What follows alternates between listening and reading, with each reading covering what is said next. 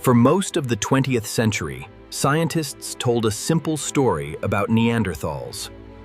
They were a separate species, a cousin, not an ancestor.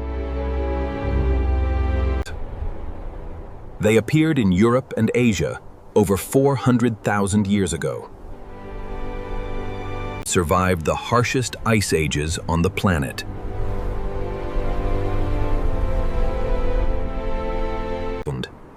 And then, roughly 40,000 years ago, they vanished. Replaced, the story went, by modern humans moving in from Africa. Two species, one winner. Little to no mixing between them. That story turned out to be wrong.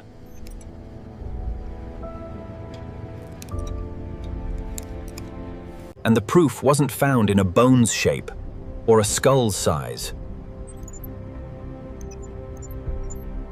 It was found in something invisible, molecules of ancient DNA. Hidden inside fragments of fossilized bone for tens of thousands of years. Waiting to be read.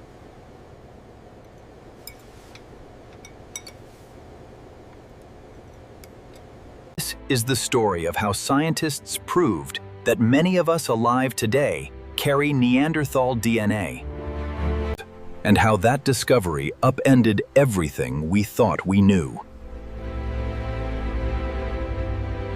At the center of this story is a Swedish geneticist.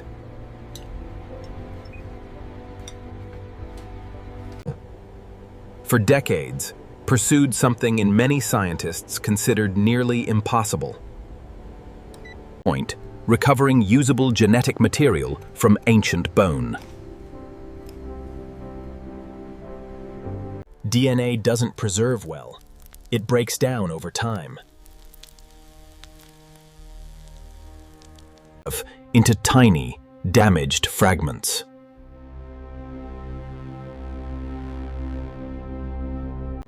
Ancient samples are almost always contaminated by bacteria, by fungi, and most frustratingly, by the DNA of every modern human. Early attempts at ancient DNA research were plagued by false results. Contaminated samples that seemed to show one thing and turned out to show nothing. Working at a research institute, the team spent nearly 2 decades refining techniques, developing cleaner extraction methods, sterile protocols, tight and increasingly sensitive sequencing technology.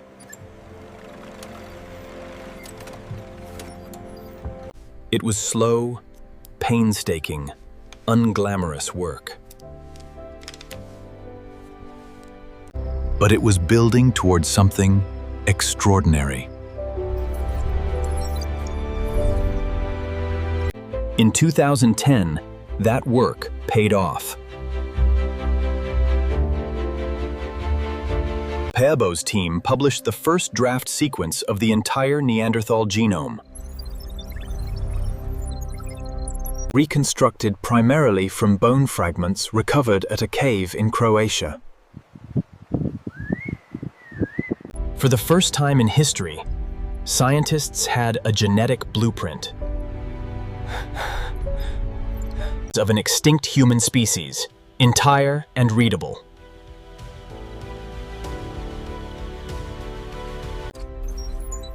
And then came the comparison that changed everything. Researchers lined the Neanderthal genome up against modern human genomes worldwide. The pattern that emerged was unmistakable.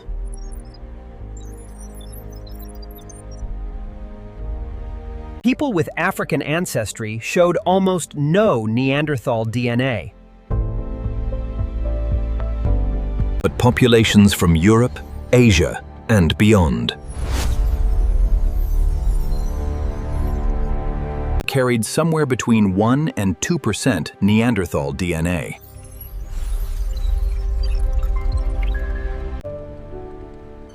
There was only one explanation that fit.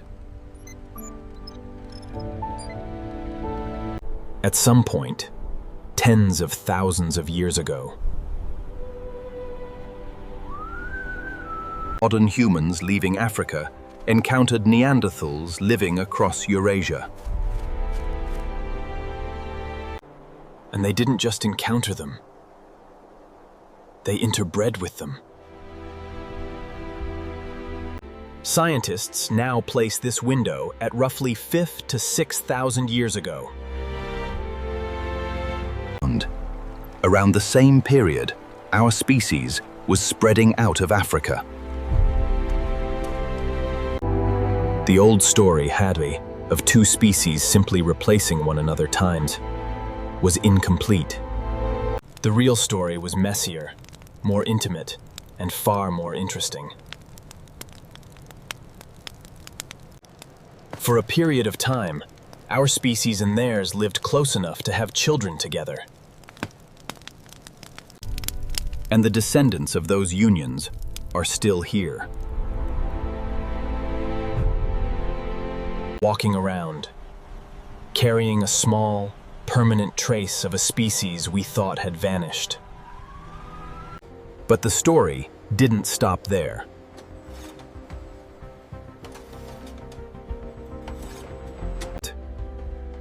While refining these same techniques, researchers made an even stranger discovery.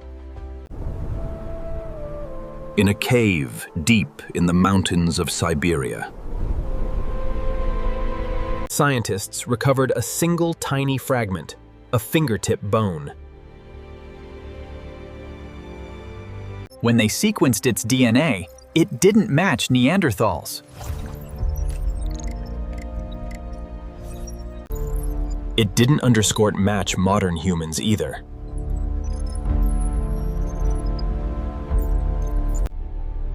It belonged to an entirely unknown branch of the human family tree. It taught a species now known as the Denisovans.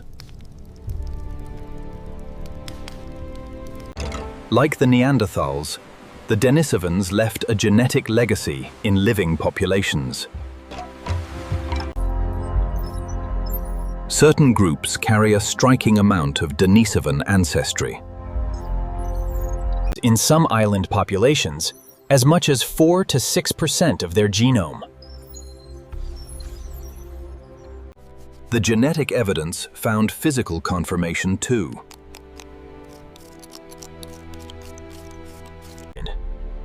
In Romania, researchers uncovered a jawbone dated to roughly 40,000 years old. This individual had a Neanderthal ancestor just 4 to 6 generations back. So what does this Neanderthal DNA actually do inside modern human bodies?